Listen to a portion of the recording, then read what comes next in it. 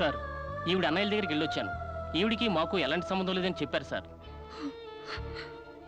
దీనికోసం మనిషి అన్నవాడు ఎవడూ రాడు, కానీ కేసు రిజిస్టర్ చేసి కోర్టు తీసుకుపోదండి.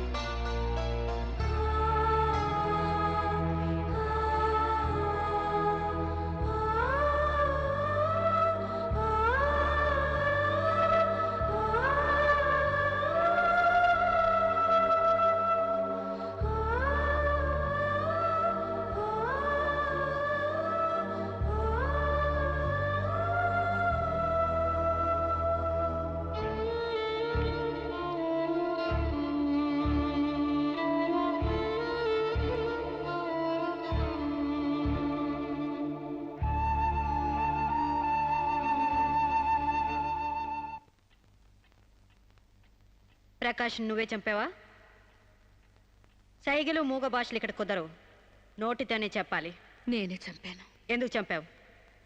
చంపేనని ఒప్పుకున్నాను కదా, ఏదో సెక్షన్ కింద నన్ను చంపేయండి. ముద్దాయే శిక్ష విధించుకుంటే ఇక్కడ మేమెందుకు? సెక్షన్లు శిక్షలు నువ్వు గుర్తు చేయాల్సిన పని లేదు. అసలు నువ్వేం చేసావో చెప్పు. ఫారెన్లో నా ఫ్రెండ్ని చంపేశాను, ఇక్కడ ప్రకాశం చంపేశాను, భారతీయ సంస్కృతిని చంపేశాను, గౌరవ మర్యాదలను చంపేశాను, ఆఖరికి నా బిడ్డను కూడా చంపబోయాను. నన్ను చంపేయండి, నేను బ్రతకూడదు. బ్రతకడానికి నాకు అర్హత లేదు. అందరికీ ఒక పాఠంగా, నాకు గుణపాఠంగా నన్ను ఉరికంబ వెక్కించండి. చంపడానికి చావడానికి వెనకాడని నీలాంటి వాళ్ళు సమాజానికే ప్రమాదకరం.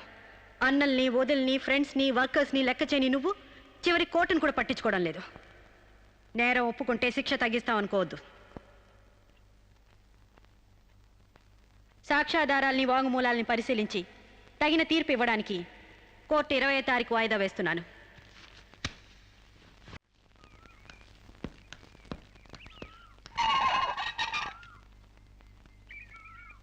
నేను జడ్జ్మెంట్ వాయిదా వేస్తున్నట్టు మీరు జర్నీని అర్జెంట్ చేస్తున్నారా? ఎంతైనా జడ్జ్ భర్త అనిపించారు. మీరు పాఠాలు నేర్పించకపోతే పిల్లలేం ఫెయిల్ అయిపోరు.